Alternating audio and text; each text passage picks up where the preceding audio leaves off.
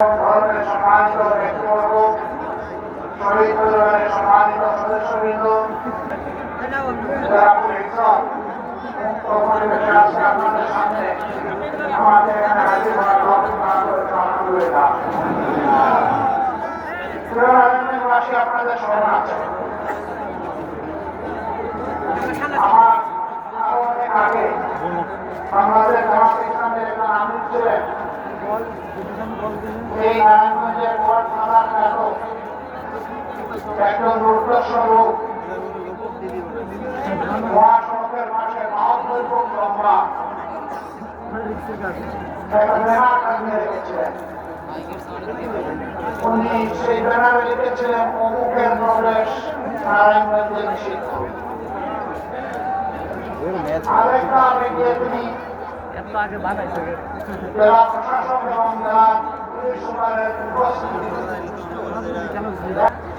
আলহামদুলিল্লাহ স্বৈরাচারী সরকারের জুলুমের শিকার হয়ে কারাগারে তিনি 18 বছরই দুনিয়া থেকে বিদায় নিয়েছেন। কিন্তু বর্তমান আপনারা শহীদ হয়নি, সরাসরি তাকে করতে হয়।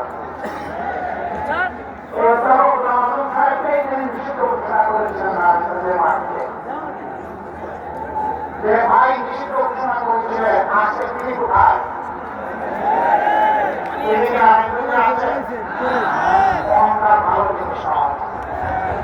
গর্ব অহংকার করতে নাই, দাম্ভিকতা দেখাতে নাই, ক্ষমতার জোরে ছড়িয়ে বেড়াতে নাই, মানুষের ক্ষতি করতে নাই, সন্ত্রাসকে প্রশ্রয় দিতে নাই, সন্ত্রাসীদেরকে লালন করতে নাই। এই কাজগুলো যারা করেন, দুনিয়ায় তারা তাদের করুণ পরিণতির একটা অংশ ভোগ করেন এবং আখেরাতে আযাবের একটা ফাইনাল জাজমেন্ট আল্লাহ তাআলা তাদেরকে সুরে করা হয়েছে। সেই সুরটা বাংলাদেশের বিভিন্ন দেশের বিদ্যমান সুরের মতো নয়, এটা আগুনের মহাযুদ্ধ। আল্লাহকে ভয় করুন, দাম্ভিকতা অহংকার পরিহার করুন, তওবা করুন। আগে মানুষ হোক, তারপরে মনে ফুলের বাগানে গাছ ফুলের বাগান সাজানো হয় না। বাগানের মধ্যে বিভিন্ন জাতের গাছ থাকে। কোনো কোনো গাছে ফুল ফুলে ওই ফুলটা দেখতেও সুন্দর, ঘ্রাণ তার চমৎকার।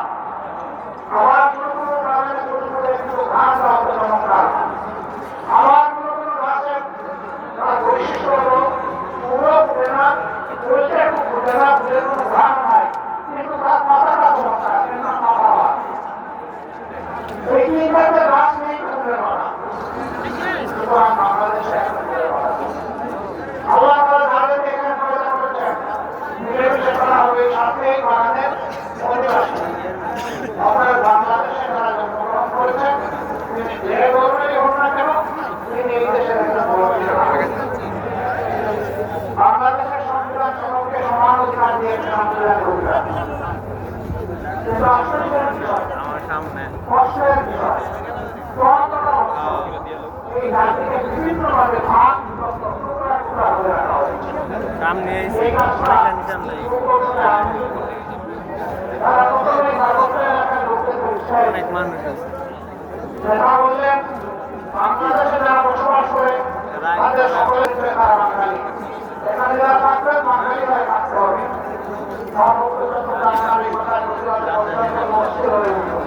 আমরা বাঙালি নয়, আমরা